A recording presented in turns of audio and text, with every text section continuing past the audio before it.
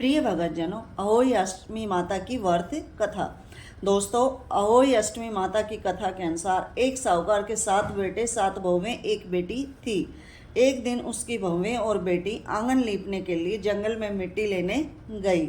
मिट्टी खोदते समय साहूकार की बेटी की खुरपी से स्याऊ माता के बच्चे मारे गए। उनकी माता बोली, जिस तरह तुमने मेरे बच्चे मारे हैं, मैं तुम्हारी कोख उसी तरह बांध दूंगी। यह बात सुनकर साहूकार की बेटी डर गई और उसने अपनी सभी भाभियों को अपने बदले कोख बंधवाने के लिए बोला। सभी भाभियों ने मना कर दिया, लेकिन छोटी भाभी ने कोख बंधवाने के लिए मान लिया। तब से छोटी भाभी के जो भी संतान होती वह 7 दिनों में मर जाया करती थी। हर साल अहोई अष्टमी माता का व्रत आता, उसकी सभी जेठानियां व्रत करती, कहानी सुनती और अपने बच्चों की लंबी उम्र की कामना करती थी।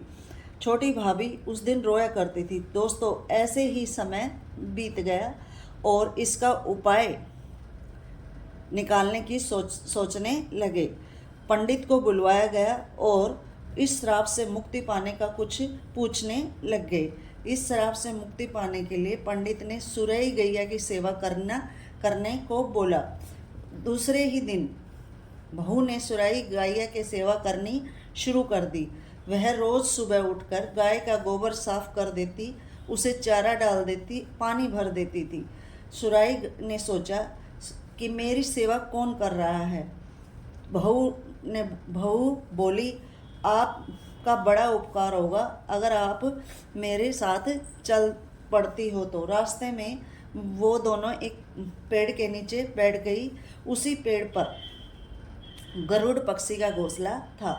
वहीं पर उसके बच्चे थे। थोड़ी देर में सांप उसके बच्चों को खाने के लिए आया। बहू ने उसे देख लिया और सांप को मार दिया। यह देखकर गरुड़ पक्षी खुश हो गई और बोली, बोलो तुम्हें आशीर्वाद में क्या चाहिए, तुम चाहो जो मुझसे मांग लो। बहू बोली, 7 समुंदर पार स्याऊ माता रहती है, तुम मुझे वहाँ तक पहुँचा दो। गरुड़ पक्षी ने दोनों को वहाँ तक अपनी पीठ पर बैठाकर स्याऊ माता के पास पहुँचा दिया।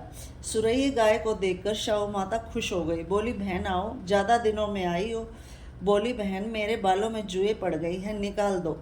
तब सुरई गाय के कहने पर बहू ने सारी जुएँ निकाल दी। तब खुश होकर स्याऊ माता ने आशीर्वाद दिया कि तेरे 7 बेटे हों, बहुएं हों और बेटा।